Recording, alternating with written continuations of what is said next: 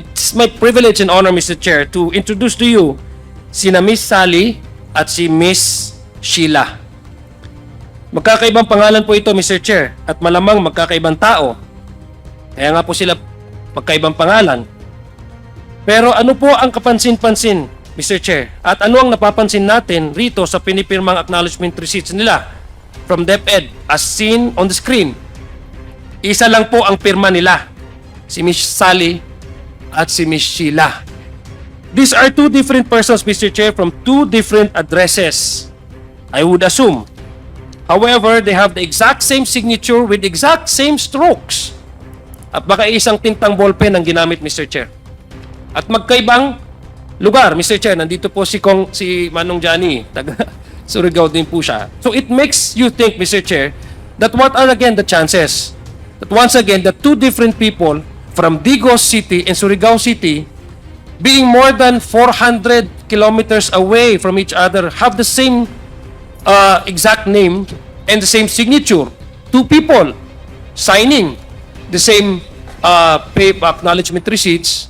Two different people signing with the same signatures in two different locations which are 400 kilometers apart from each other. Taga Mindanao po ako, so alam ko po yung gaano kalayo ang Digos at ang Surigao. And because of this, Mr. Chair, I believe that this receipt was again merely fabricated. We also found out, Mr. Chair, that two acknowledgement receipts, both in the name of Milky Sikuya, both had done on the same day. Same po pinirmahan on the same day, same address in Zambales, and using the same pen. However, have totally different signatures. Tingnan niyo po, oh, magkakaiba. The same day, the same date, same name, but different signatures. Itong mga pangalan na po ito, Mr. Chair, ay hindi pangkaraniwan. Hindi ho natin masyadong naririnig ang Alice Crescencio. Hindi ho common name ito. Kung Maria, ano man yan, yun ang mga common name. But this is an uncommon name. And the chances are, what are the chances, Mr. Chair, that three different individuals, persons, have the same names and spelling? What are the chances, Mr. Chair? All receiving the same confidential funds for different purposes from the same agency, which is DepEd. Sobrang laking coincidence ito, Mr. Chair, which actually, it's a mind-boggling. Medyo po para sa akin, kung isipin po natin ito, medyo kalokohan. I'm sorry to use the term po. Medyo kalokohan na po ito. In fact, Mr. Chairman, of the 677 names from the DepEd acknowledgement receipts, which we submitted to the PSA for verification para po patunayan na kung mayroon bang tao na ganito, the 677 names from the ARs, it was determined by the PSA, Mr. Chair, that it was that only 405 of these ARs with these names have no record whatsoever. So malaki-laki po yung persyento, 677 out of the 677, 405 ang wala pong verifikasyon at wala pong record ng PSA. There's only one person, Mr. Chair, in the middle of the issues surrounding the anomalous utilization of confidential funds of the Office of the Vice President and the Department of Education. Ang tinuturo po ng lahat na naging bisita po natin dito sa committee ito. The very last invitees na nag-appear po sa committee ito, ang Special Disbursement Officers ng Department of Education nung kapanahunan po niya at ng Office of the Vice President. Ito po yung inatasan under the Joint Circular Memorandum nung pag-disburse, paggamit ng confidential funds. Sila lang po ang merong kapangyarihan na mag-disburse at mag-implement nitong pondo na ito. At sila pong dalawa, ang sinabi po nila na nag-utos po sa kanila ay ating pangalawang Pangulo, Vice President Sara Duterte. Mr. Chair, wala pong personalan ito. Trabaho lang. Breaking news. 405 sa 677 umano'y benepisyaryo ng confidential funds ni Vice President Sara Duterte. ang walang record of birth ayon sa Philippine Statistics Authority o PSA. Sa 677 umano'y benepisyaryo ng confidential funds ng Department of Education or DepEd, panahon kung kailan si Vice President Sara Duterte ang kalihim, natagpo ang 405 nito ang walang record of birth ng Philippine Statistics Authority. Matatanda ang kamakailan lamang ay sumulat si Chua sa PSA upang matulungan silang maiberipika ang 677 individual na nasa listahan daw bilang benepisyaryo ng confidential funds ng DepEd noong si Duterte pa ang kalihim nito.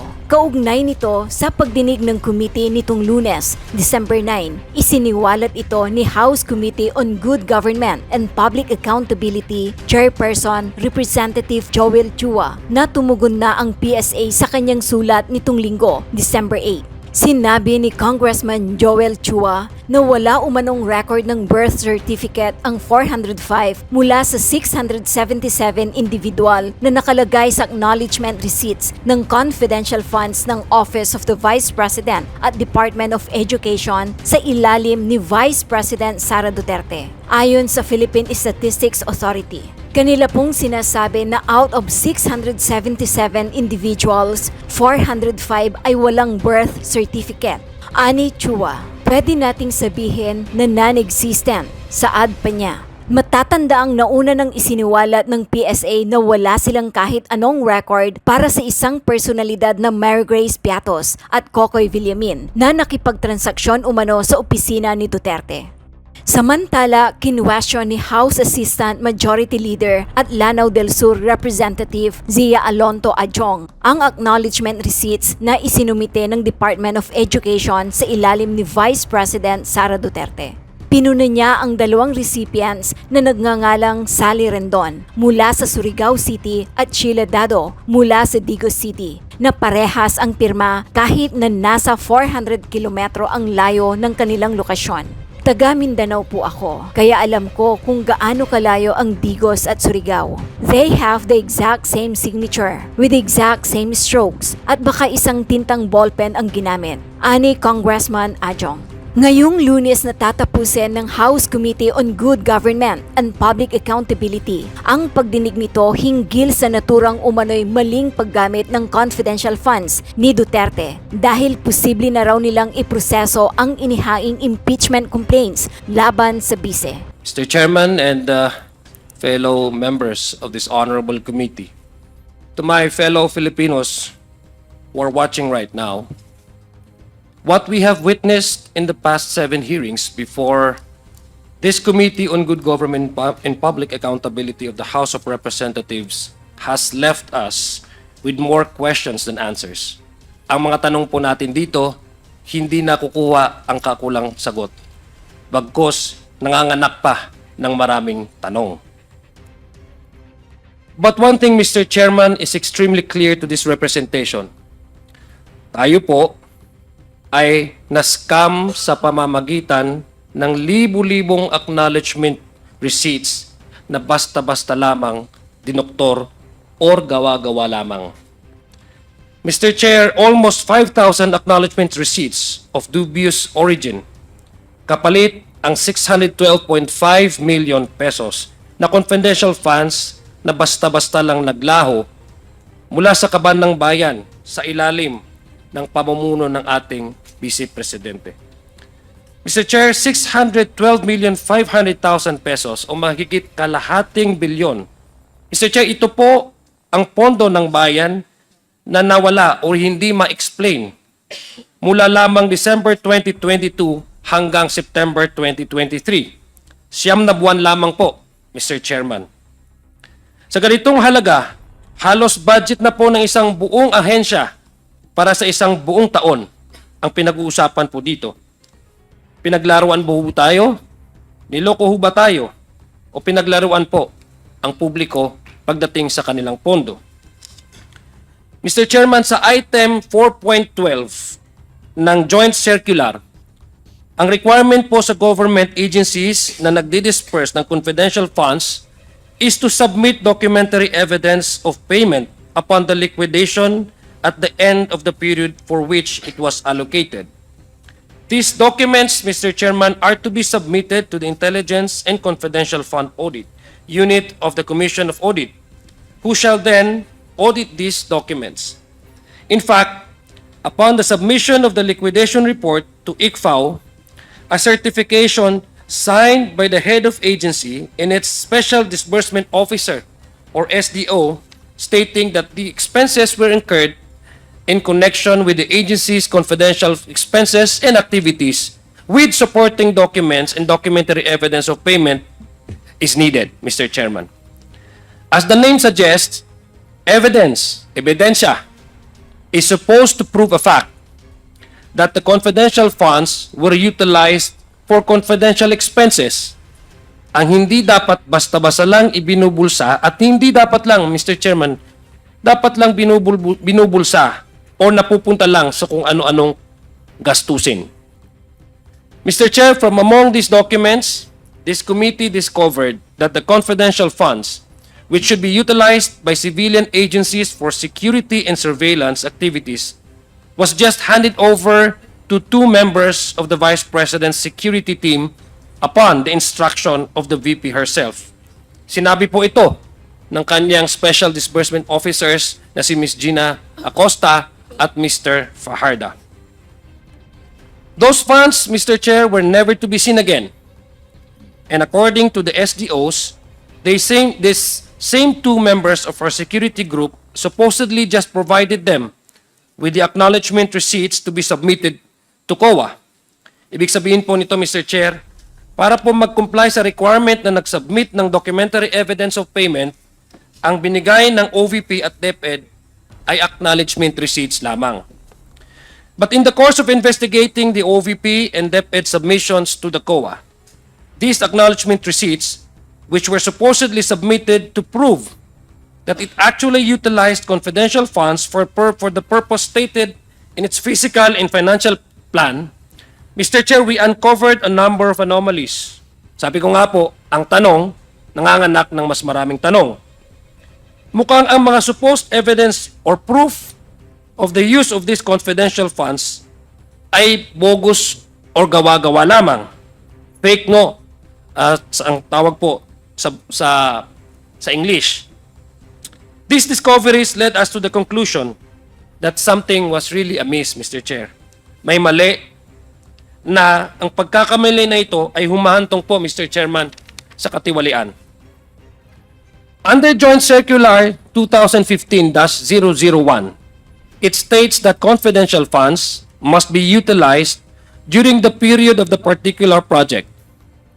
This was confirmed by a resource person, Attorney Guimora, who said during the November 20, 2024 hearing before this committee that she agreed that in relation to the submitted acknowledgement receipts for OVP's confidential funds in December 2022, these do not conform with the period that was covered by the confidential funds. Ito po yung kasagutan niya nung tinanong po siya ng ating kasamahan po dito, si Congressman Jill Bungalon. In the submitted acknowledgement receipts of the OVP to the COA, which as previously mentioned, it was supposedly a proof of its utilization of confidential funds from December 21 to December 31, 2022. And yet, we found numerous receipts which were dated outside of the period. Ibig sabihin, may mga resibuta po tayo dyan na hindi po within the prescribed o tinalagang dates kung saan nagkaroon po ng utilization ng confidential funds. Mr. Chairman, yung confidential funds na dinisburse po ng December 21 to December 31 of 2022 ay mayroon din pong resibo tayong natanggap na dated na bago pa man ito, Mr. Chair, may mga acknowledgement receipts po tayo na natanggap na ito ay ginasta bago pa man ng December 21, 2022 at mga ibang acknowledgement receipts na nagasta ng December 2023. Ang tanong ko po, Mr. Chairman, sa atin, paano naman ito mangyayari, Mr. Chair? Hindi rin po pwedeng sabihin na para sa ibang confidential funds ito na napasama lang. Because neither the OVP nor the Department of Education had any confidential funds prior to 21 December 2023, nor for December 2023. Wala naman po na confidential funds na binibigay or accordingly gagamitin or gagastahin nung prior, bago nag-December 21, 2023, at wala naman pong confidential funds na allotted for December of 2023. What are shown on the screen, Mr. Chair, are not just the only ones we found, as based on our examination of the acknowledgement receipts. We also found, Mr. Chair, that more than 150 acknowledgement receipts representing payments which amounted to more than 24 million pesos. Mahirap pong paniwalaan, Mr. Chair, na typographical errors ito o nagkamali lang po sa PETSA. Masyado naman pong marami siguro itong mga typographical errors na ito because it amounts to 150 acknowledgement receipts. Further, in my experience, Mr. Chair, lahat naman ho tayo nagkakamali. Human error ang tawag po natin. Human error as to the writing of the dates would typically be that of the previous year and not of the succeeding year. Ibig sabihin, Mr. Chair, lahat naman ho tayo nagkakamali, lalo lang na pag mga bagong taon.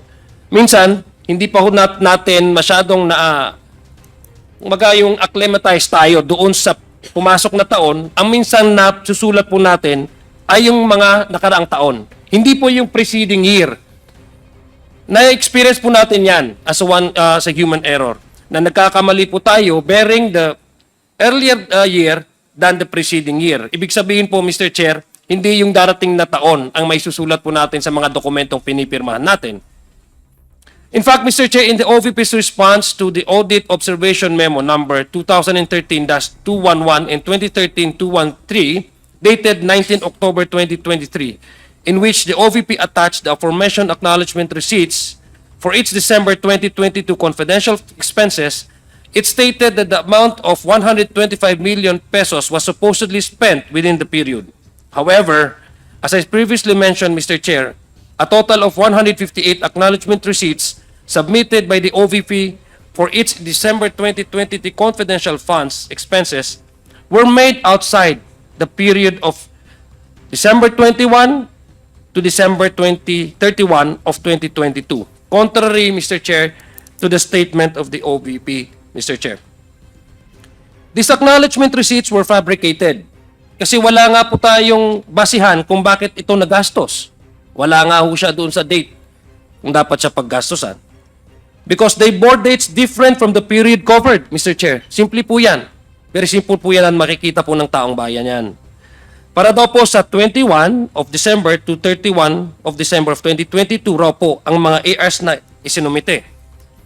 This is shown by the certification dated 10 of January 2023 where Ms. Acosta certified that the acknowledgement receipts submitted, which were showed, we just showed, Mr. Chair, was for the period of December 21 to December 21 of 2022.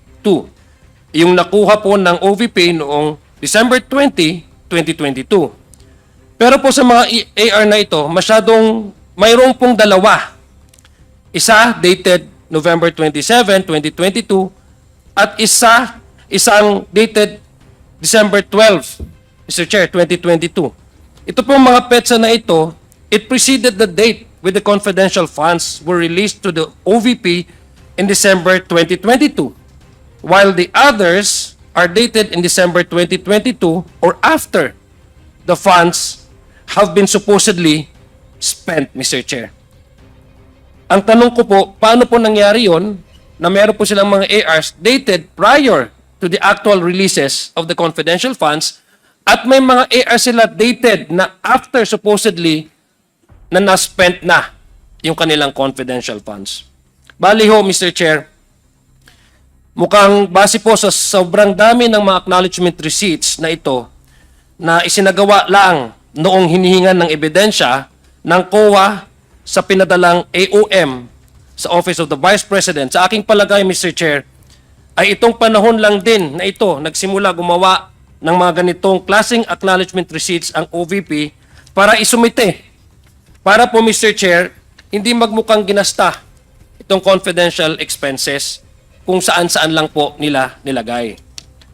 Mr. Chair, it's very clear, Mr. Chair, kung titingnan po natin ng dates doon sa covered nung request of the confidential funds with that of the acknowledgement receipt na natanggap po natin, mukhang bogus po at fictitious po itong mga confidential funds, Mr. Chair. Wag din ho natin kakalimutan na by its very nature, Mr. Chair, acknowledgement receipts po ito. Ibig sabihin, pipirmahan mo ito tuwing natatanggap mo ang pera. Ibig po ba sabihin ito, Mr. Chair, mahigit 100 tao ang nagkamali na nagsabing December 2023 ang kanilang pinirman habang tinanggap nila ang pera para sa December 2022? Imposible naman po yan mangyari, Mr. Chair, dear colleagues. Let me go to another discovery that we noticed, Another anomaly this committee noticed was the use of a very unique ink in the shade of blue and several acknowledgement receipts mula po sa Office of the Vice President. At first glance, Mr. Chair, we found that these acknowledgement receipts, which supposedly were signed by different persons in different months, clearly have the same unique shade of blue ink. There are many different types of pens, Mr. Chair. Alam po natin yan. May fountain pens, may sign pens, or whatever in the Philippines na available po sa market. But what are the chances, Mr. Chair, that the same ink would be used for 2 or more acknowledgement receipts submitted by the Office of the Vice President? If you ask me, Mr. Chair, the chances are very, very low. Especially, Mr. Chair, kung titingnan nyo po, itong tinta na ito ay hindi mumurahin. Mahal po yan na ballpen. Hindi po yan common na ginagamit na ballpen. Ang mas kapanipaniwala, Mr. Chair, para sa akin ay only one person probably made these acknowledgement receipts, and they are not the ones who received the funds as indicated in the acknowledgement receipts. Mr. Chair, my staff was also able to find acknowledgement receipts in different names, but the strokes o yung sinasabi po nating pagkasulat ng kanilang mga signatures signatures ito were identical. Dalawang different persons but the same identical strokes of signatures. Incidentally, Mr. Chair, these were all done on March of 2023.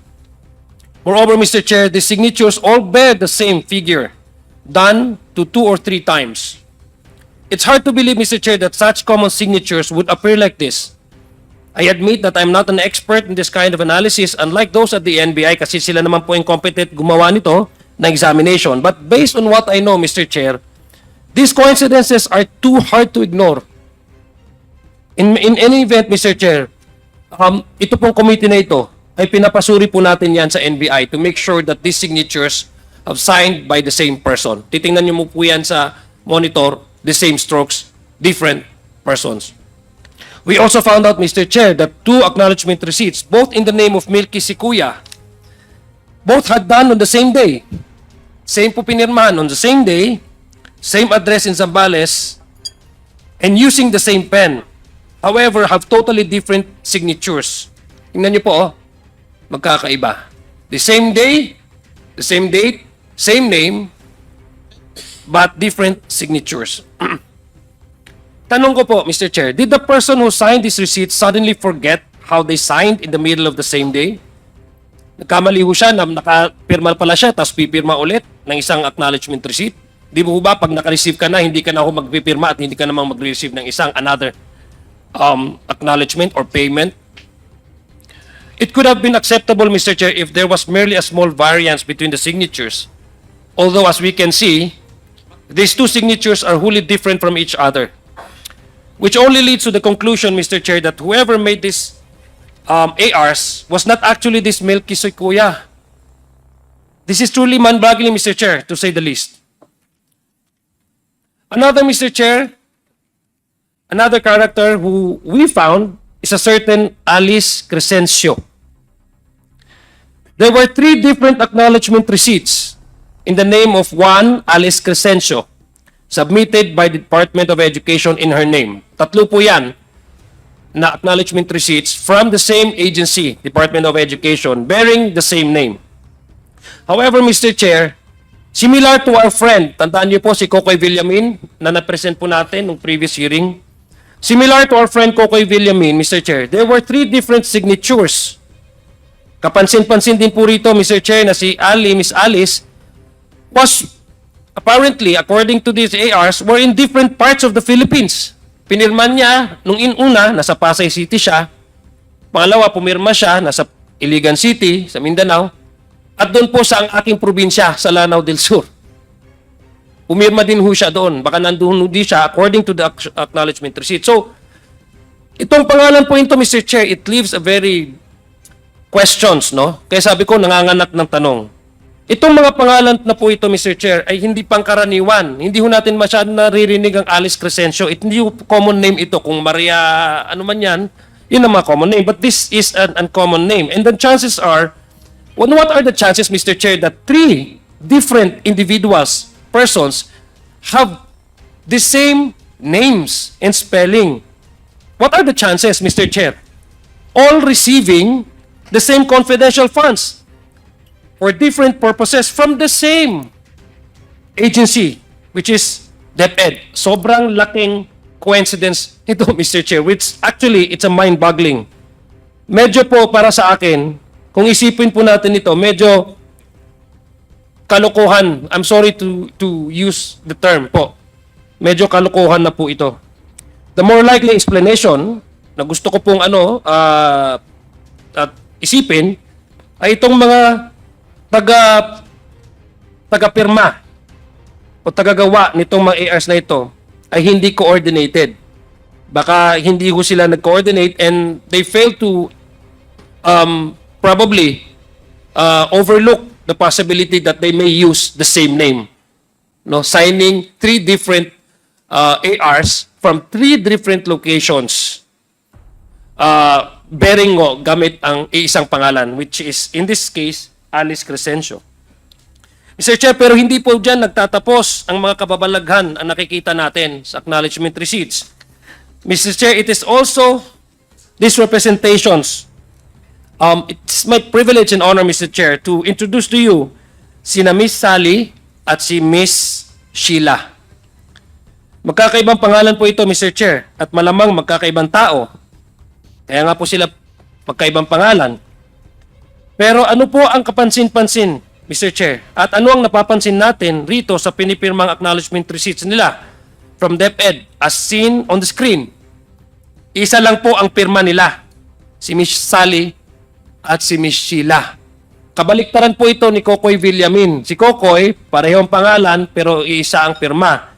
Kabaliktaran po ni Miss Shiela at Miss Sally. Magkaibang pangalan pero parehong pirma.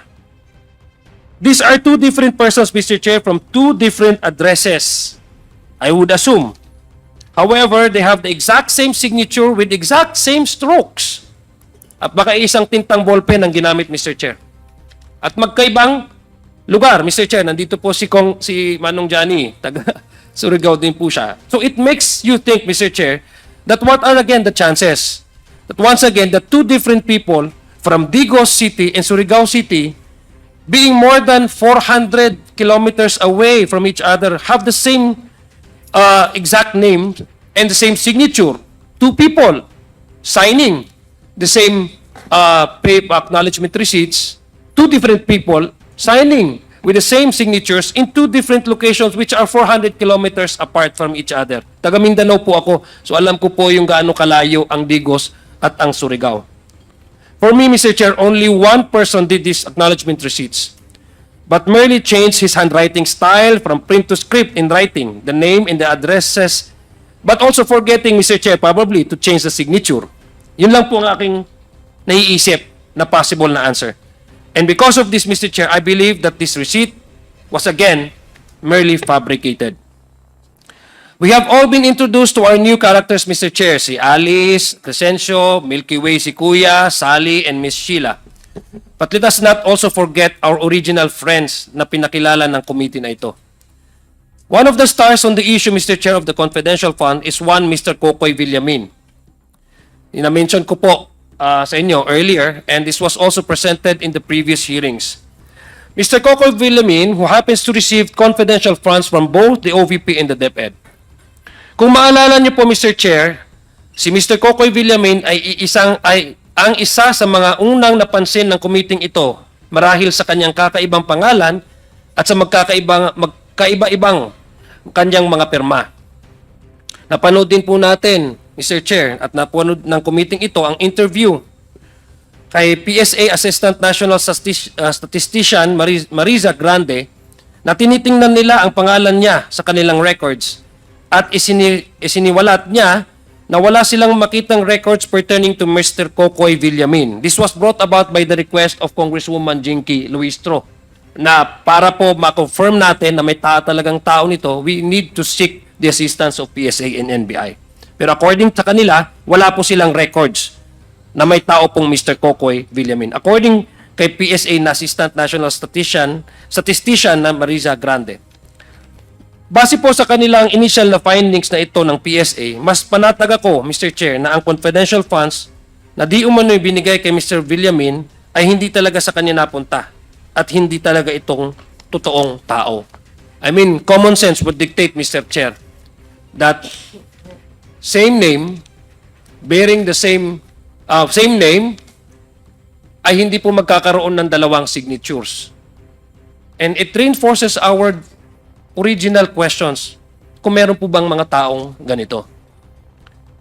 Ang pinakabida, Mr. Chair, sa ating naging inquiry in aid of legislation sa committee ito ay of course, si Miss Mary Grace Piattos. Thank you to Chairman Romy Acop. Siya po yung unang nakaobserba at na-notice po niya ang pangalan. Dahil yung pangalan pong ito, ang una nating napansin at napansin ni Chairman Acop dahil ito po ay kombinasyon, according to him, ng isang restaurant at chichirya. At tama na po, lahat po tayo nag-agree noon. Nung inaisiwalat sa committee ito ang acknowledgement receipt ni Miss Mary Grace Piattos, kami ay tunay na mangha. Tayo po, hindi lang tayo, ang buong bayan ng namangha. We reached out to the National Statistics Authority and inquired from them into whether this was a real person or a made-up character. We were likewise informed, Mr. Chair, that the NSA had no record of any person bearing the name of Mary Grace Piattos. There are certain personalities, Mr. Chair, who claim this Mary Grace Piattos were merely a code name, adding that in television and in movies, sa mga palabas at sa television, these code names are used for secret mission.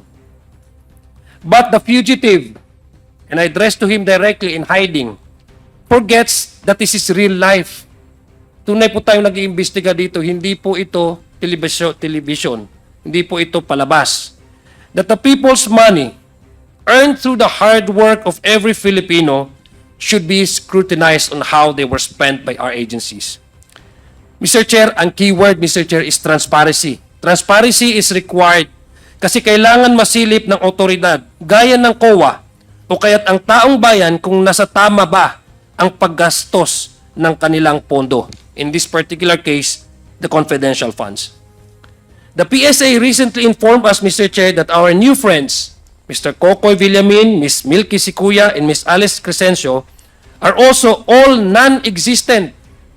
Wala po silang record. Non-existent. Hindi po sila, according to PSA, ay posibleng hindi po ito mga tao. There is no record of their birth, no record of their marriage, contracts, whatsoever, or death. No, sana naman po, hindi death, no? Although we just want to leave no stone unturned. That's why we request them if they have a proof that would really prove an evidence of their existence. Birth, marriage, or even death certificates. Wala po, according to PSA. In fact, Mr. Chairman, of the 677 names from the DepEd acknowledgement receipts, which we submitted to the PSA for verification, para po patunayan na kung mayroon bang tao na ganito, the 677 names from the ARs, it was determined by the PSA, Mr. Chair, that only 405 of these ARs with these names have no record whatsoever. So malaki-laki po yung persyento, 677. Out of the 677, 405 ang wala pong verifikasyon at wala pong record ng PSA. So, Mr. Chair, it is unlikely that all of these are merely code names, as some supposedly high-powered lawyer would claim. That this simply would not make sense from a legal standpoint, which we will discuss more, Mr. Chair, and from a practical perspective, since it would be an unbelievable, unimaginable amount of effort to do. Imagine, Mr. Chair, gumawa ka, mag-imbento ka ng ganyang karamihang pangalan. At let us go back to Alice Crescencio, if assuming without conceding that these are code names. Di ba pag mga code names po, ibig sabihin you somehow protect the real identity of the person. That's why you're using code names. Itatanungin ko po, ilang beses silang kumukuha ng code names sa sinasin sa isang tao? Halimbawa, si Alice Crescencio, 3 beses pumirma sa magkakaibang lugar ng ARs. How would they find out if Miss Alice Crescencio is assigned to a particular person kung 3 beses nila itong ginamit?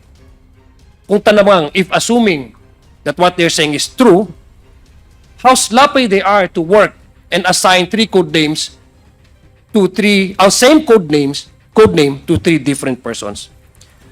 Mr. Chair, under item 4.15.3 of the Joint Circular, expressly requires that the SDO certify to the fact that such supporting documents for confidential funds are kept in a vault, while item 6.2.21 of the same Joint Circular requires that liquidation reports, along with supporting documents like the acknowledgement receipts, are required to be submitted in a sealed envelope. Ibig sabihin, ang sinasabi po dito sa Joint Circular, kinakailangan po na mag-certify ang SDO na may supporting documents ang confidential funds at nilalagay po sa vault para hindi po basta-basta may labas yan. At sinasabi din ho dito sa sa Joint Circular na ang liquidation reports ay dapat may supporting documents, hindi lang po ang ARs, no? At nilalagay po yan sa sealed envelope. Ganun po kaimportante yan.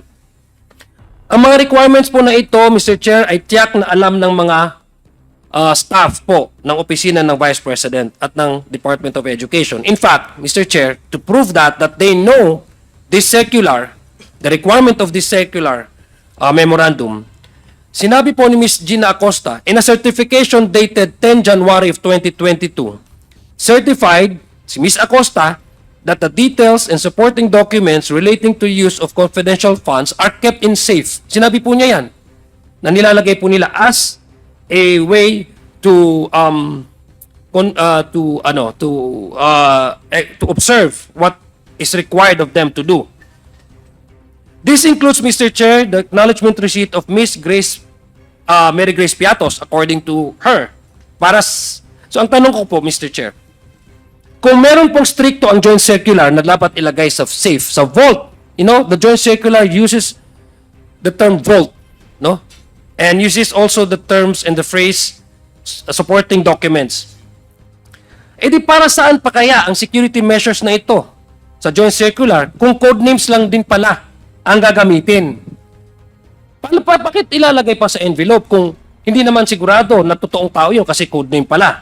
Sa madaling salita, Mr. Chair, what is the use of the requirement under the Joint Circular of keeping records locked in a safe and transmitting them via an envelope marked confidential funds kung hindi pala tunay na tao?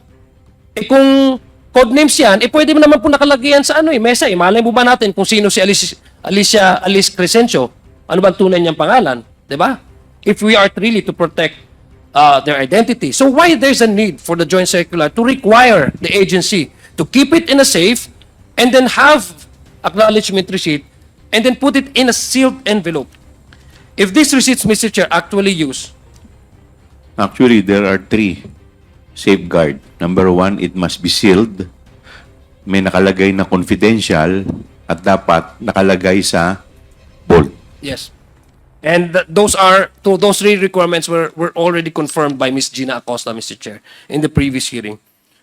Mr. Chair, again, let me continue. If these receipts actually use code names, what is the point locking it in a safe, again, and secure the vault and secure it in the vault when the details therein have already been obscured or changed? Pinalitan na hindi niya tunay na identity. Halimbawa, si Congressman Paulo Ortega ang kanyang codename ay si Magneto, pwede naman dyan nakalagay dyan. Malay ba natin na si Magneto pala si Congressman Paulo Ortega. Mr. Chair, the interpretation offered by those who claim that code names can be used is patently absurd. I'm sorry to say this. And we in government, Mr. Chair, cannot and should not dabble with the absurd. Hindi dapat ito biro, hindi biro ang pinag-uusapan dito. Hindi lang naglalaro dito, Mr. Chair. Seryosong bagay po ito. Kaya nga po may joint circular Kasi seryoso po ang gobyerno kung paano po nila nilalagay ang criteria kung paano gastusin po ang pondo ng taong bayan, ang pera ng ating mga kababayan. So hindi po ito dapat laro-laro at hindi po lang dapat itago sa mga code names. Furthermore, Mr. Chair, just because the issue involves confidential funds doesn't mean we can ignore, exploit, and essentially invent acknowledgement receipts, which under the joint circular are proof of payment. Paano po mapoprove na itong isang tao na ito, nagangalang ganito, ay nakatanggap dahil siya informant, kung ang nilalagay lang ho natin na acknowledgement receipts ay hindi niya pangalan or code name lang, Mr. Chair, Your Honors. How can we then confirm, especially COA, Mr. Chair, that the confidential fund actually went to the right person for the stated purpose if the amount can be claimed with a code name? Mr. Chair, how can the Commission audit ensure that the agency who utilized confidential funds actually utilized it for its actual stated purpose? As allowing a code name, Mr. Chair, to me, just allows this, Mr. Chair, to be prone to abuse by just writing any name and calling it as such, Mr. Chair. And when accountability is required from the agency of the government, the inquiry will be brushed aside only on the basis of supposed confidentiality. Ganun po So we are actually weakening not only COA, but even this committee, the inherent right of this committee to exercise its oversight function. Para lang ho, Mr. Chair, to me, para lang ho itong biro-biro lamang lang. So I think those are the things that we need to consider and probably to propose a bill that would really secure the identity of the informants and as well as to prove that those informants really do receive the payments. Ilan lang po, Mr. Chairman, ito sa mga anomalyang napansin natin sa ating pag-imbestiga, sa mga documentary evidences of payment na isinumite ng Office of the Vice President at ang Department of Education para di umano'y magpapatunay sa paggamit ng confidential expenses nito. Sa aming mga kababayan, to my fellow Filipinos, I would wish that this committee's inquiry in aid of legislation with regard to the issues on confidential funds surrounding OVP and DepEd was understood. Pinapanalangin ko po, Mr. Chair, na maintindihan ito ang trabaho po natin at ginagawa po natin dito sa committee nito. Pinapanalangin ko na maintindihan ito ng ating mga kababayan dahil hindi po ito pondo ng isang taong pinag-uusapan. Hindi po biro ang pinag-uusapan dito. Hindi po madali ang mga na-involved na tao po dito. Ito po ang pinag-uusapan natin ay pondo po nila. Pera po ng taong bayan. And we want to make sure that whatever manners these funds are spent and utilized, it should ultimately be for the goal or objective of making their lives better. If we, Mr. Chair, as lawmakers, do not adhere to our duty to inquire with resource speakers which are aimed at addressing gaps in the law, we would not be able to pass bills to eventually become law to address these very gaps which are prone to abuse. Ang ginagawa po natin dito, at kung hindi natin ginagawa at ine-exercise ang ating oversight function, paano po tayo makakagawa ng batas para protektahan ang pera ng ating mga kababayan? This is exactly what we, Mr. Chair, this committee, as lawmakers, as legislators have done here. And this is the primary reason of why we have undergone numerous hearings in our inquiry in aid of legislation with regard to confidential funds without fear or favor. Mr. Chair, in closing, other than our goal of hopefully passing a bill to address these gaps in the law surrounding confidential funds so that this may not be abused again by those in power. We should not forget who facilitated this abuse, Mr. Chair. Sabi ko nga, hindi po madali itong investigasyon na ito dahil ang involved po ay matataas na opisyal ng ating gobyerno. There's only one person, Mr. Chair, in the middle of the issues surrounding the anomalous utilization of confidential funds of the Office of the Vice President and the Department of Education. Ang tinuturo po ng lahat na naging bisita po natin dito sa committee ito. The very last invitees na nag-appear po sa committee ito, ang Special Disbursement Officers ng Department of Education nung kapanahunan po niya at ng Office of the Vice President. Ito po yung inatasan under the Joint Circular Memorandum nung pag-disburse, paggamit ng confidential funds. Sila lang po ang merong kapangyarihan na mag-disburse at mag-implement nitong pondo na ito. At sila pong dalawa, ang sinabi po nila na nag-utos po sa kanila ay ating pangalawang Pangulo, Vice President Sara Duterte. Mr. Chair, wala pong personalan ito. Trabaho lang. Marami pong salamat. Magandang umaga po sa ating lahat. Assalamualaikum warahmatullahi ta'ala wabarakatuh. Thank you, Congressman Sia Alonto Adjong. The Chair would like to recognize the following members: the Honorable Vice Chairperson from the 1st District of Zambales, the Honorable Jefferson Conghun, the Congresswoman Luistro Jervil from the 2nd District of Batangas, and Congresswoman Micaela Angela Swansing from the 1st District of Nueva Ecija. Congressman Zia, I think because of your presentation and just to avoid confusion, do you think we have to specifically propose na kailangan, like for example, ito po kasi ang wordings doon sa disbursement, that the details and supporting documents of transaction that are classified are in the custody of the agency and kept in its vault. So, do you think there is a need for us to propose that the word or the words bearing true names or identity be included?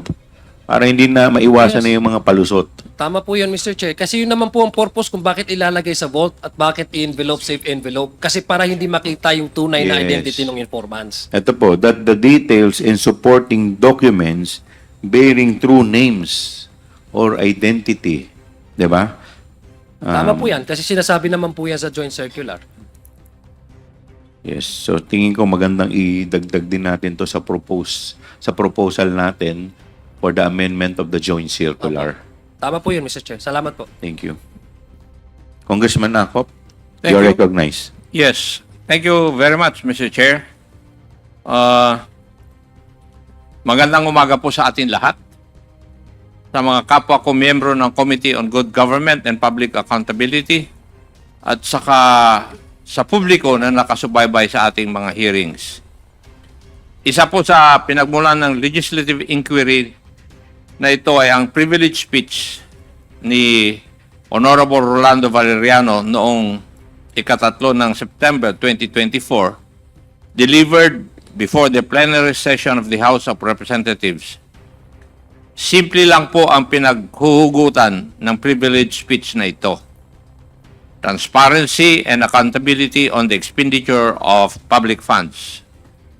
Sa pamamagitan ng mga hearings ng ating committee ay ating ginampanan ang tungkulin na alamin ang mga kakulangan sa ating batas at busisiin ang paggastos ng mga nakaraang ipinagkatiwalaang pondo ng bayan upang masigurado ang transparency at accountability ng ating pamunuan.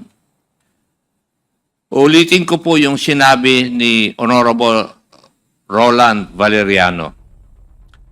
Tungkulin natin dito sa Kongreso na busisiin ang panukalang budget ng ehekutibo at ang paggastos ng mga nakaraang pinagkatiwalang pondo ng bayan. Hindi pera ng pangalawang Pangulo. Ang Office of the Vice President budget para sa taong 2022, 2023, 2024 at 2025. Pondo ng bayan yan. Kaya mayroong budget hearings ay para malaman ng madlang people kung paano ginagastos ng mga opisina ng gobyerno ang pondo ng bayan na pinagkatiwala sa kanila. Ito po ay ayon kay Honorable Roland Valeriano. Nagsimula nga po ang hearings natin sa pagbusisi sa paggamit ng mga nakaraang budget ng mga opisinang pinamumunuan ng Office of the Vice President. Ang pinakamalaking parte ng pondo sa socio-economic program na umaabot ng humigit kumulang 2.2 billion pesos for 2023 at 1.75 billion for fiscal year 2024, pero hindi po malinaw ang mga benepisaryo. Ayon po sa Office of the Vice President, ang mga components ng programang ito ay ang mga sumusunod: libreng sakay, pagbabago campaign, OVP food trucks, livelihood programs like Magnegosyo Taday and Peace 911, medical assistance, burial assistance, and public assistance. May listahan silang binibigay sa COA ukol sa mga benepisaryo ng mga programang ito. Pero kapansin-pansin po sa mga accomplishment reports o ARs na sinubmit nila para sa confidential funds na may tila hiwalay pa na pamimigay ng medical and food aid na kinukuha raw sa confidential funds.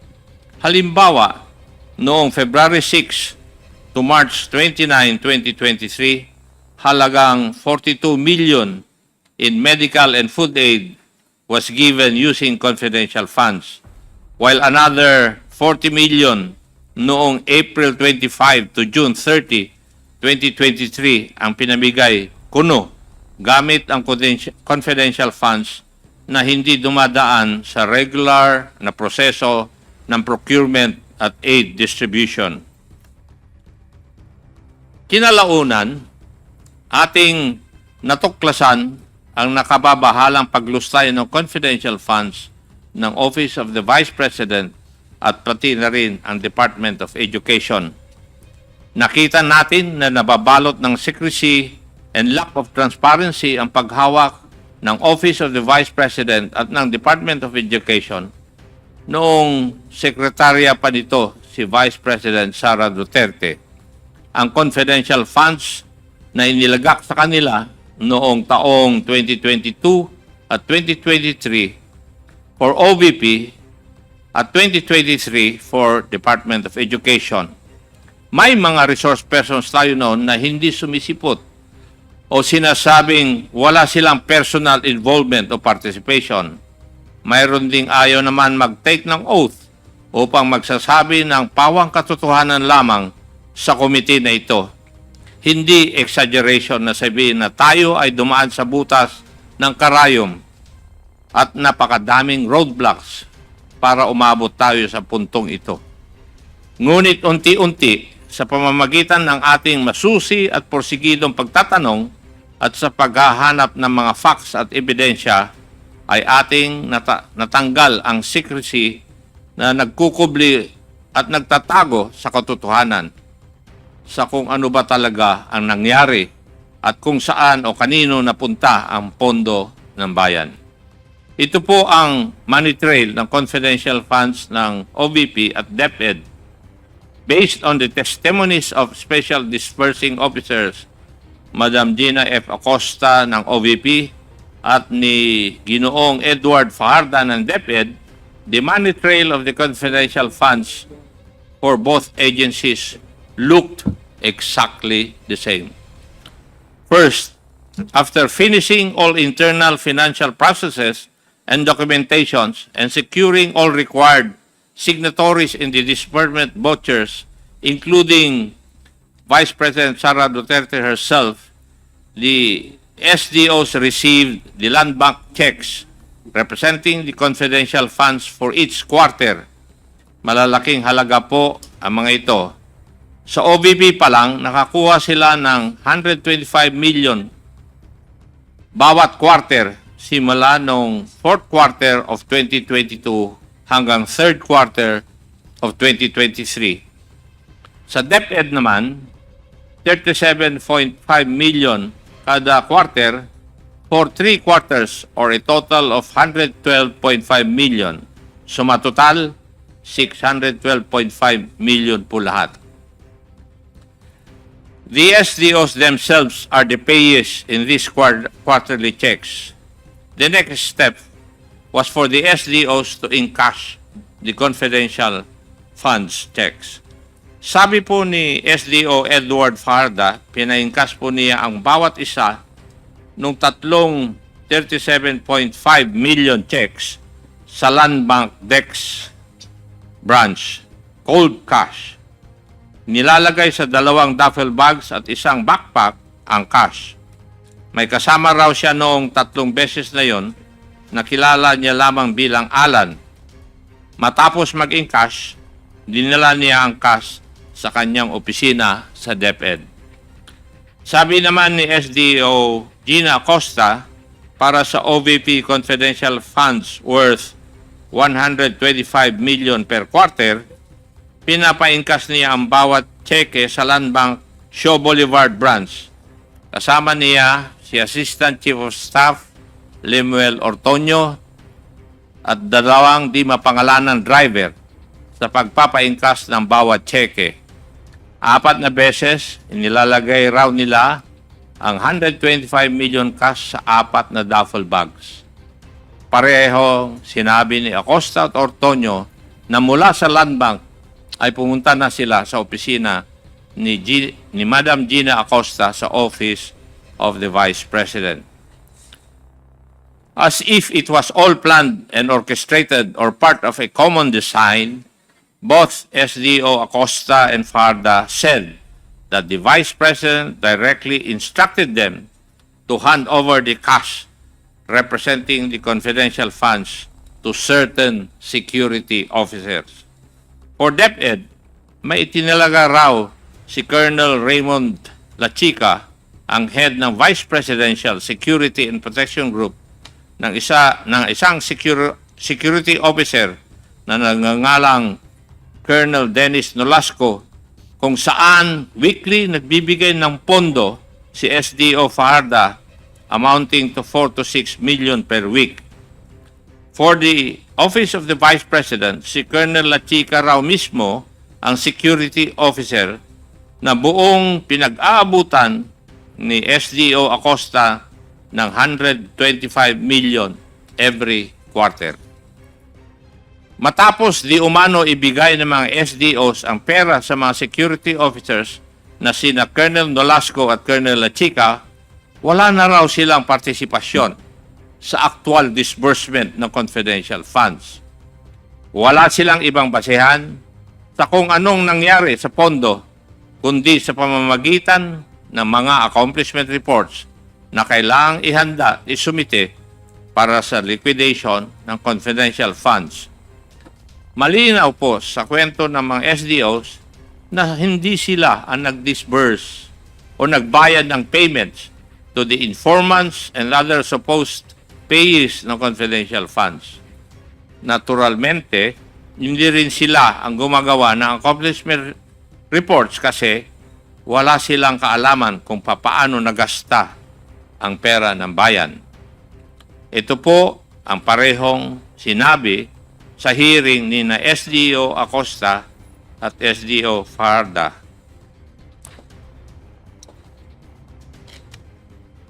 Sabi, wala po akong alam sa pag-implement po ng confidential activities dahil po hindi ko po iyan in line sa aking pinag-aralan. Your Honor, hindi po kasi ako ang expert diyan. Si Colonel Nolasco po. Siya po kasi ang gumawa niyan. Ito po yung mga sagot ng ating mga resource persons noong mga hearing. It is also being made to appear that the acknowledgement receipts or the documentary evidence of payments, o tawag natin ay DEP, supposedly also came from these security officers.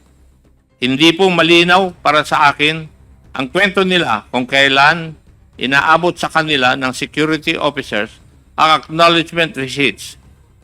Pero ang malinaw po sa mga AOMs ng COA na hindi sinubmit ang mga acknowledgement receipts kasabay ng kanilang mga liquidation reports. Mukhang parati na lang afterthought ang pag-submit ng acknowledgement receipt sa COA. Ito ay sinubmit kasabay ng mga letter response na pirmado ni Attorney POA para sa DepEd at para sa OVP ni na Attorney Lopez and Ginoong Ontorio. Sila ang nag-submit ng acknowledgement receipts sa COA. Isa pong obserbasyon sa mga revelations na ito ng mga SDOs at mga ibang opisyal at dating opisyal ng DepEd at OVP.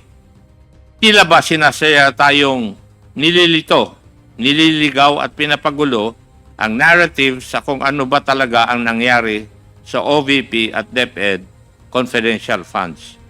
Kung inyong matatandaan, nung una ay sinabi nilang tanging ang mga SDOs lamang ang may kaalaman sa disbursement ng confidential funds.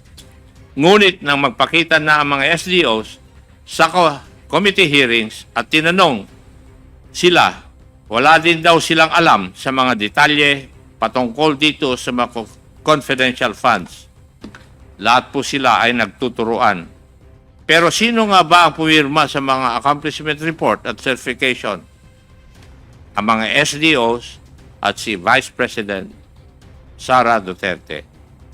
Kung totoo ang sinabi ni na SDO Acosta at Fajarda, malinaw na ito'y paglabag sa Joint Circular 2015-01 o ang guidelines sa paggamit at pag-audit ng confidential at intelligence funds na tila ginamit lamang sila bilang middlemen o pass-through ng pondo. Nananatiling misteryoso at tago kung saan talaga napunta ang confidential funds. Isang butas sa guidelines na dapat tugunan sa pamamagitan ng batas. Mula sa Davao City na lumaki noong siya ay mayor hanggang sa mas malalaking pondo ng mapas sa kamay niya bilang Vice President at DepEd Secretary, nakakapagtaka rin ang obsession ni Vice President Sara sa confidential funds. Marahil ito'y dahil sa kalakip ng opacity at antas ng secrecy sa pag-disburse ng mga confidential funds na tila nagiging daan upang ito'y abusuhin ng walang accountability. At pagbaliwala sa mga alituntuning ito ay isang paglapastangan sa tiwala ng publiko at sa prinsipyo ng pananagutan na dapat sinusunod ng bawat institusyon ng pamahalaan, lalong-lalo na sa opisina ng pangalawang Pangulo. Let me remind the public of what is at stake here. It would constitute graft and corruption if public funds are misused or misappropriated, or worse, if funds are diverted to personal use or benefit. And given the amount we are talking about here, this may be under the crime of plunder. We leave it to the investigative bodies of the government to investigate the crimes committed here. Meanwhile, our task now is to legislate measures that will leave no room for pilferage of public funds. Maraming salamat po. Thank you, Mr. Chair. Thank you, Congressman Acop. Next, the chair would like to recognize the Honorable Rog Gutierrez. Thank you, Mr. Chair. Magandang umaga po sa ating lahat. Just taking off from where Congressman Acop started. But before that, I would like to start by saying that this has been one of the most fruitful committee hearings that I've had the pleasure in joining. Throughout the course of 7 hearings, we have brought detail to some long-held suspicions, the confidential funds of the OVP and DepEd that had been abused or malversed or maybe even taken. By abused, I mean that the relevant officers of the OVP and the DepEd took advantage of gaps in fact violated Joint Circular 2015-001. Mahirap po na problema ito. Pera po ng taong bayan ang pinag-uusapan dito, and unless we are aware of these gaps and violations, the legal regime cannot and will not change for the better. Today, I'd like to go through some of these violations as mentioned by Congressman Acop. The SDO has the sole mandate to disburse the CF, the confidential funds, and to prepare and submit the liquidation reports of cash advances with the relevant supporting documentation as prescribed under the Joint Circular. Siya lamang. On the other hand, a security officer is a personnel who has been officially designated as such to have access to security information. Klaro po ang kani-kanilang mga responsibilidad.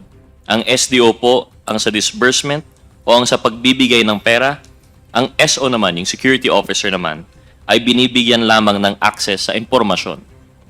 To elaborate and para po sa kaalaman ng lahat, under the Joint Circular, the SDO is personally tasked with the disbursement and liquidation of confidential funds. Ang SDO ang tagabigay ng pera, siya lang under the Joint Circular.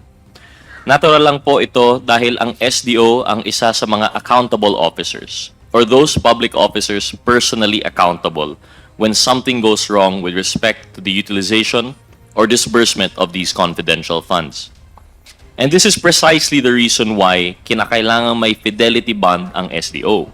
The fidelity bond is there so that if anything happens to the funds while it is in the custody of the SDO, sigurado na may maibabalik pa rin na pondo to the government through the bond and for the security of the taxpayers. Yung head of agency is also personally tasked to oversee the agency-wide use and disposition of confidential funds. Siya rin ang nag-a-appoint ng SDO. Because of the functions that burden the head of agency is also an accountable officer. Sa makatuwid, yung SDO po yung inaatasan ng batas natin na humawak at siguraduhin mapunta ang confidential funds sa naaayon na confidential expenses allowed under the Joint Circular.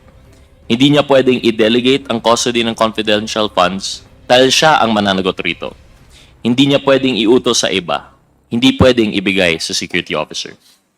In the case of SDO Edward Fajardo of the DepEd, while he has admitted to having encashed the 3 checks amounting to 37.5 million pesos each, he has also claimed that he did not know or had no way of knowing how the funds were to be utilized after handing them over to the designated security officer.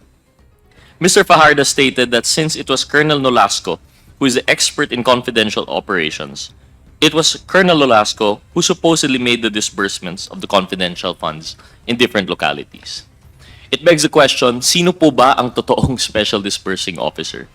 Kung ang nag-iisang taong pinagdi-disperse ng SDO ay si Colonel Nolasco, kung pagka-encash ng cheque ay agara naman itong inaabot sa security officer. Whatever happened to Mr. Fajardo being an accountable officer under the Joint Circular? Kung wala siyang slightest idea kung saan napupunta o kanino ibinibigay ang confidential funds. Is his role in this entire process simply ministerial? We beg to disagree. Mr. Fajardo is not just a simple bagman that would withdraw the funds and turn over to the security officer. His role, as material as it is, carries with it discretion.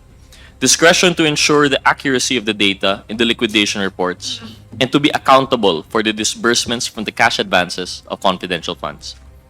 But Mr. Fajardo admitted that he merely relied on the documents evidencing payments submitted by the security officer. His failure to exercise the standard care and diligence required of and inherent in his function is the height of irresponsibility and is in clear violation of his mandate under the Joint Circular. At bakit po nangyari ito? Dahil ito raw ang sabi ng head of agency ng DepEd noon na si VPSARA na ibigay ang pera sa security officer. Same case po tayo with SDO Gina Acosta of the OVP. Ms. Acosta also admitted that the utilization and payment of the confidential funds involves her handing over the money to a security officer per the instruction of no less than head of the agency, Vice President Duterte.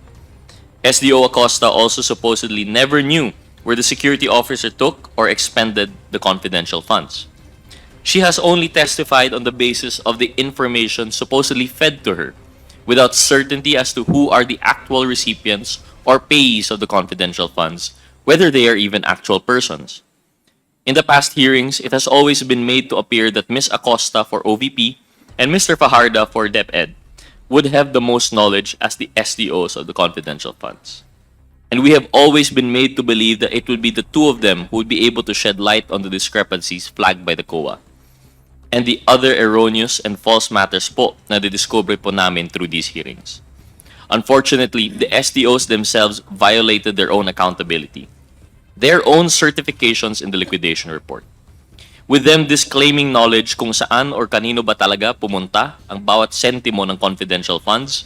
They violated a particular responsibility under item 4.15.1 of the joint circular, where they are supposed to certify at least two things: na sila ang accountable for the disbursements of confidential funds, and that the expenses were incurred in connection with the agency's confidential activities. How can they faithfully attest to these kung binibigay lang din naman nila yung confidential funds sa ibang tao or empleyado?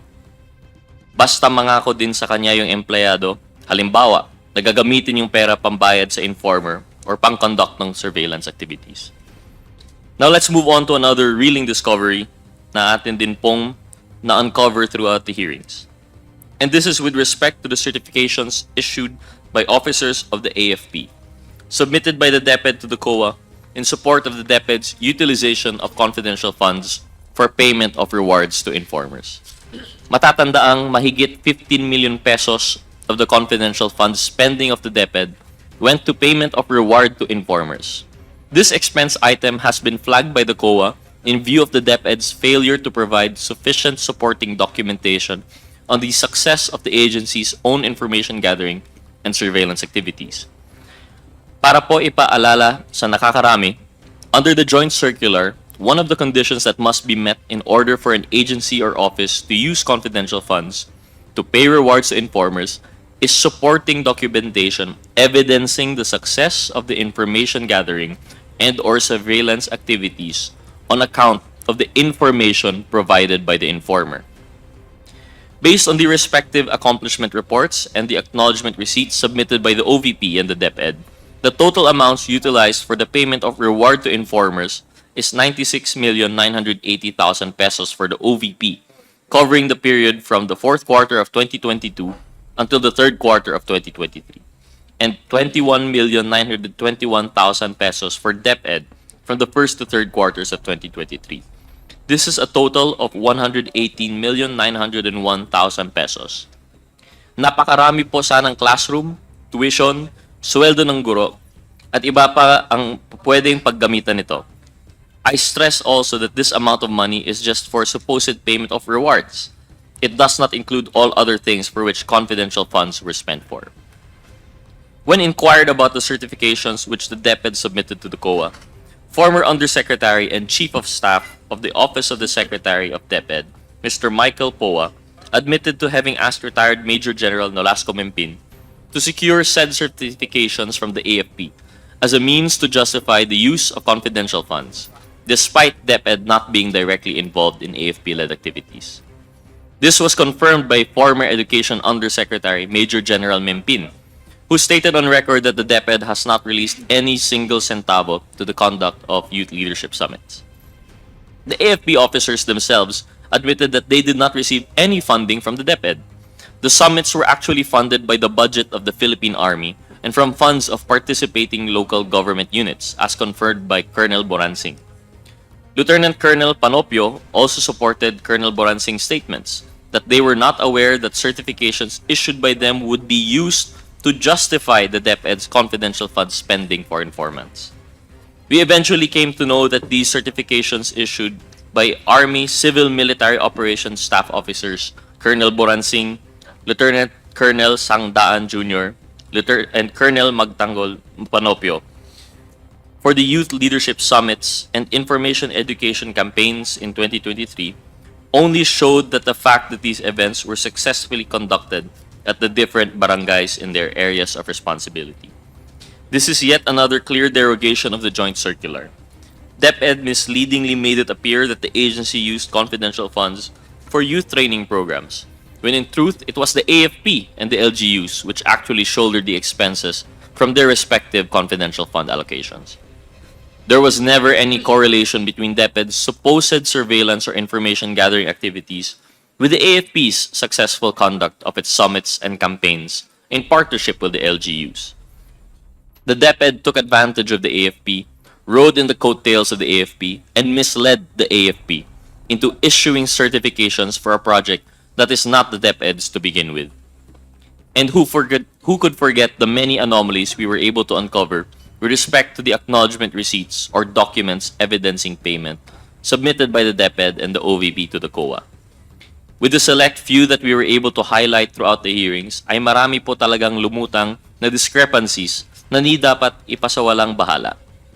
We were able to trace the disbursements by counter-checking the dates indicated in the ARs, and we came to know through this hearing that DepEd SDO was able to complete a job that we believe is humanly impossible.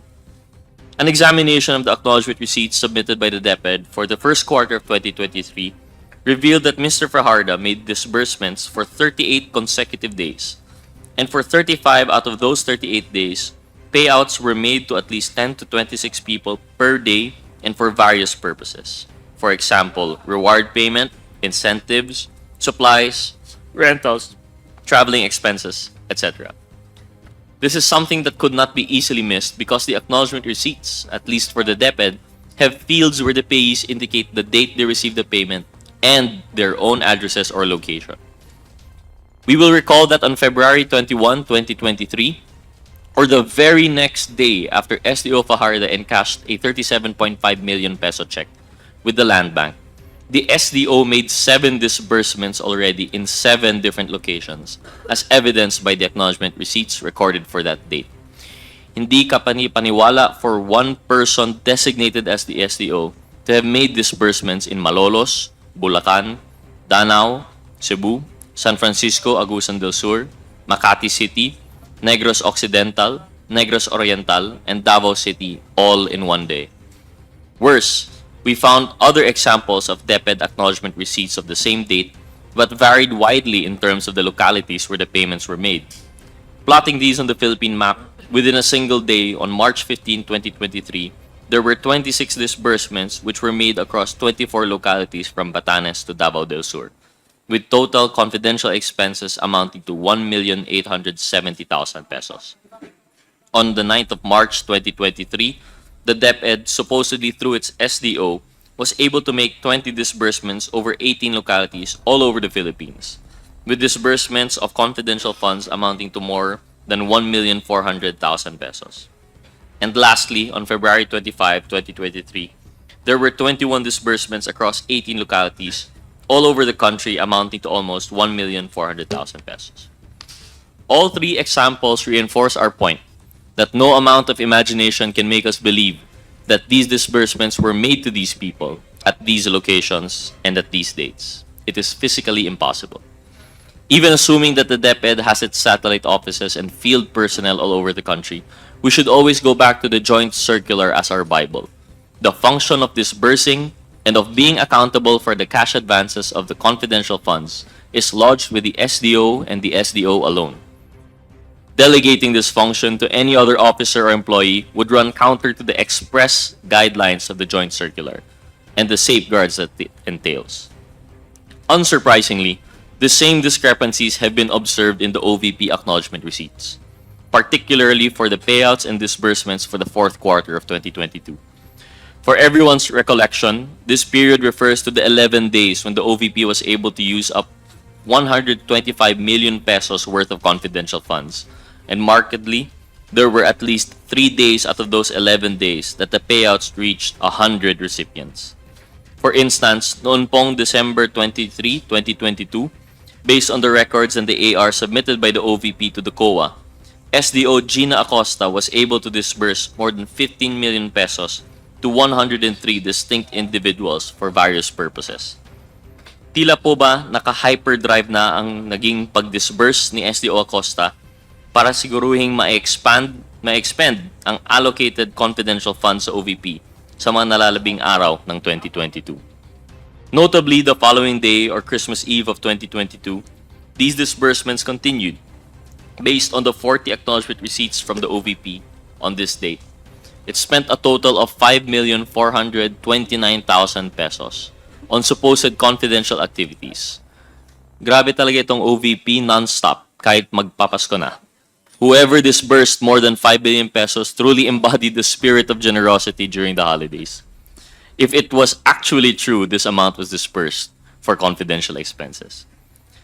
Lastly, we found acknowledgement receipts that the OVP reported and submitted for the fourth quarter of 2022, but bear dates outside the period for which they are intended to be used as proof.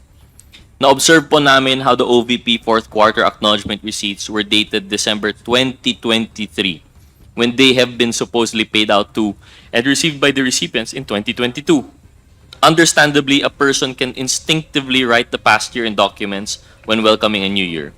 But we find it very eccentric po, kasi for a person writing a date in 2022 and mistakenly indicating the immediately succeeding year, 2023, wala po yata ibang reason dito except that the acknowledgement receipts were indeed executed in 2023 and not in 2022, contrary to what the OVP is trying to establish. Sa dami po nang na-discover natin in the past hearings na sinubaybayan po ng publiko, we uncovered irregularities and deficiencies in the disbursements and reporting of the confidential funds allocated to the OVP and to the DepEd. This has been an extremely insightful exercise of our mandate as we were able to examine the sufficiency of our current legislation and how this current legislation safeguards us from potential misuse and abuse of public funds, as well as the potential malfeasance, misfeasance, and nonfeasance in the office by officers and employees of the government. Our task does not end here. It is now our duty to craft legislation that will protect the public coffers and ensure that they are not used and abused by public servants for their personal agenda. With that, Mr. Chair, I conclude my part of the hearing. Thank you po. Matapos ang mga buwan ng masusing pagdinig at talakayan, marami na tayong natuklasan ng mga issue at gayon ay marami na rin po tayong nalaman ukol sa mga pangangailangan ng ating batas at regulasyon. Malayo na ang narating natin, ngunit alam pa rin natin na marami pa tayong kailangang busisiin. Isa sa mga pangunahing tungkulin ng Kongreso ay ang bumuo ng mga batas na tunay na maglilingkod sa ating bayan. Ang ating layunin ay hindi lamang lumikha ng mga batas, kundi bumuo ng mga batas na tunay na sumasailalim sa pangangailangan at hangarin ng bawat Pilipino. Sa bawat hearing tayo ay naglalakbay sa mga sulok ng ating mga batas, nagiging mata at tenga ng ating mga kababayan. Dito natin natutuklasan ang mga kakulangan ng ating batas. Mga puwang na bilang mga kongresista ay dapat nating sikapin na punan upang mas mapabuti ang ating sistema at ang kalagayan ng ating bansa. Bago ako magpatuloy, nais kong ipahayag ang taus-pusong pasasalamat sa lahat ng ating mga resource persons. Ang inyong dedikasyon ay nagbibigay liwanag sa madilim na landas ng katiwalian. Alam namin kung gaano kahirap ang inyong pagdalo sa mahabang pagdinig. Ang inyong presensya at pagsagot sa mga katanungan ng komite ay hindi matutumbasan. Aasahan po namin ang inyong patuloy na suporta at pasensya sa mga susunod na pagdinig ng komite. Nagsimula ang lahat na ito sa isang speech at isang request for investigation. Kung ating aalalahanin, nagkaroon ng privilege speech number 379 si Congressman Rolando Valeriano noong September 3, 2024 tungkol sa paggamit ng public funds ng Office of the Vice President mula 2022 hanggang 2024. At ang motu proprio na investigasyon sa manifestation ni Congresswoman Jervil R. Luistro noong September 2, 2024. Patungkol sa iba't ibang issue na nakapaligid sa budget ng Department of Education or DepEd. Kasama na rito ang hindi matagumpay na pagpapadala ng mga computer units sa mga teacher, estudyante, at mga paaralan. Kaya't unang sinimulan namin ang pagtingin sa regular funds ng pangalawang Pangulo sa parehong OVP at DepEd. Para sa OVP, tinignan natin ang mga maranyang satellite offices kung ating aalalahanin.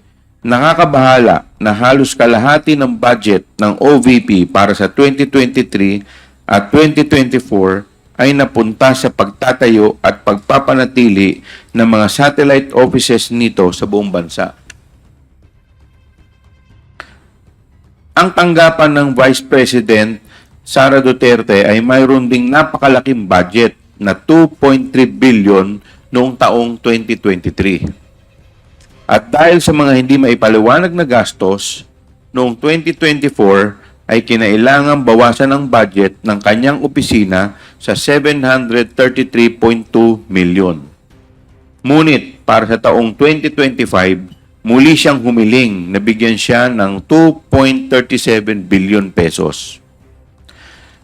Tungkol naman sa DepEd, sa panahon na siya ay secretary, lumitaw ang mga pulang bandila sa procurement ng mga laptop para sa DepEd computerization program tulad ng rig bidding at pagsasabwatan ng mga bidders. Siya rin ay hindi nakapaghatid ng laptop na nagkakahalaga ng 9 billion para sa mga programa ng e-learning ng DepEd na tila isang napakalaking pagkukulang sa panahon na lumalalang pangangailangan para sa mga kagamitan ng edukasyon. Ngunit sa ating pagdinig at pagsusuri ng budget utilization ng DepEd at OVP, paulit-ulit lumilitaw at nakakabahala ang mga issue patungkol sa confidential funds. Napakalaking halaga po ang perang ito. Sa OVP, mula 4th quarter ng 2022 hanggang 3rd quarter ng 2023, mayroong nagastos na 500 million worth of confidential funds.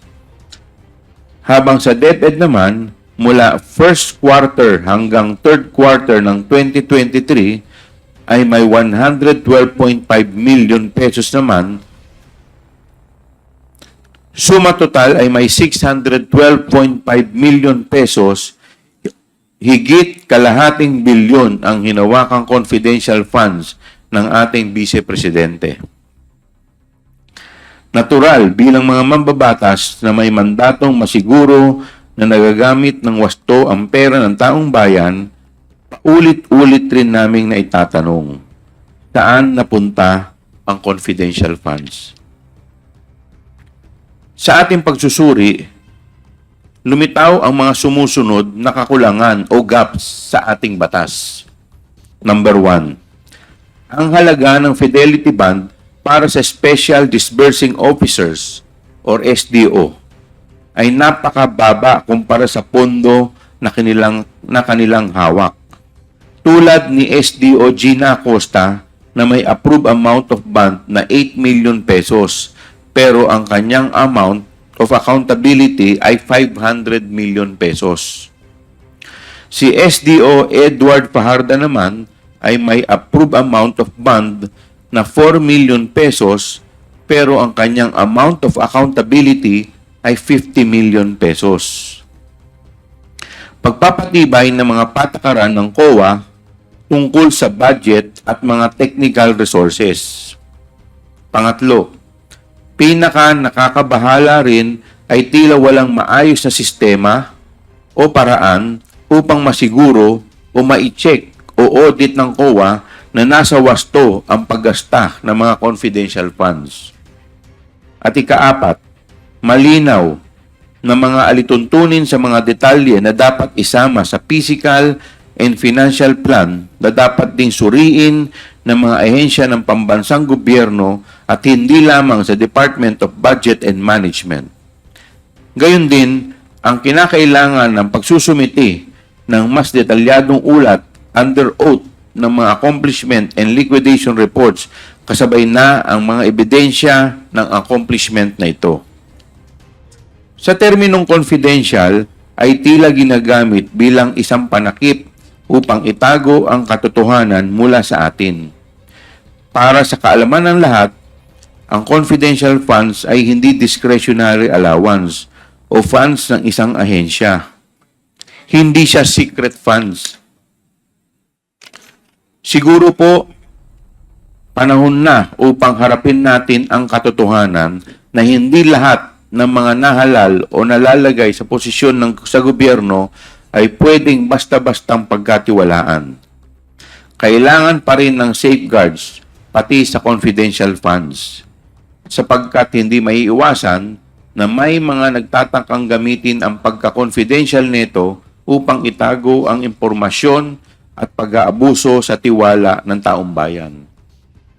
Ginagamit nila ang salitang confidential upang magbigay sa atin ng peking ilusyon na kahit ito'y lihim, ang mga pondo ay ginastos ng tama. Ngunit bakit kailangan pa itong itago sa mga taong tunay na nagpondo nito? Ang mamamayang Pilipino ay may karapatan malaman kung saan napunta ang kanilang pinaghirapang pera. Para sa akin, kapag nagamit ng confidential funds para sa kanilang layunin, wala nang dahilan upang hindi maging bukas at maging transparent. Walang mawawala kung sila'y mag-uulat kung paano ginastos ang mga pondo dahil tapos na rin naman na yung confidential operations kung saan ito pinaggamitan. Sa ngayon, naghahanda na po kami ng 2 batas upang masolusyonan ang ilan sa mga pagkukulang na natuklasan natin. Una, an act regulating the allocation and utilization of confidential and intelligence funds imposing penalties for misuse and misappropriation o ang Confidential and Intelligence Funds Act. Pangalawa, an act regulating special disbursing officers and imposing penalties for misappropriation o ang act regulating SDOs. Sa Confidential and Intelligence Funds Act, layunin naming tugunan ang tila maluwag na alituntunin batay sa Joint Circular number 2015-01. Sa mga hearing, nakita natin na pinapayagan ang mga resibo na may pirma lamang at hindi mabasang sulat kamay mula sa mga hindi nakikilalang tao bilang patunay ng liquidation. Panahon na upang magpatupad ng mas mahigpit na mga alituntunin sa paggamit ng mga confidential fund para sa mga confidential na gastos. Bagamat mahalaga ang mga confidential funds para sa pambansang seguridad, dapat itong balansehin sa tungkulin ng gobyerno na protektahan ang paggamit ng pampublikong pondo at ipatupad ang kinakailangang pagbabago sa batas, kaya taimtim naming hinihiling ang pag-aproba ng panukalang batas na ito. Samantalang ang Act Regulating Special Disbursing Officers and Imposing Penalties for Misappropriation, layunin nitong palakasin ang proteksyon ng pera ng bayan dahil ito ay madaling maging target ng mga head of agencies at special disbursing officers na abusuhin ang paglabas ng pondo sa milyong-milyong halaga at bilyon-bilyon na walang wastong liquidation at walang takot sa parusa. Muli rin naming bibisitahin ang mga patakaran ukol sa fidelity bonds at ang inaprubahang halaga ng bond ng mga HOAs at SDOs dahil nakita naman natin kung gaano kalaki ang pagkakaiba nito na tila nawawala na ang kabuluhan, ang layunin ng pagpapataw ng bond mula sa simula. Bagamat marami pa rin katanungan tungkol sa confidential funds, sapat na ang ating natuklasan para magampanan ang ating mandato na gumawa ng batas para sa ikabubuti ng ating bansa. Ngunit hindi tayo titigil sa ating pag-iimbestiga sapagkat ang confidential fund ay isang bahagi na lamang ng budget ng OVP at ng DepEd. Marami pa tayong kailangang busisiin at suriin upang matukoy kung ano pang aspeto ng paggamit ng pera ng bayan ang kailangang punan ng batas. At para po sa kaalaman ng lahat, ang ating pong request sa PSA or sa Philippine Statistics Authority ukol sa pangalang Mary Grace Piattos ay ating pong na-receive ang kanilang tugon dito nung dated November 25, 2024 at dito sinasabi nila na base sa kanilang record ay walang ipinanganak na Mary Grace Piattos ang pangalan. Alinsunod dito, tayo po ay sumulat upang isumite ang 677 pang pangalan na nakalagay sa acknowledgement receipt ng DepEd kung saan tayo po ay binigyan ng tugon ng Philippine Statistics Office dated December 8, 2024 at dito kanila pong sinasabi na out of 677 individuals, 405 ay walang birth certificate o walang record sa birth certificate o pwede nating sabihin na non-existent.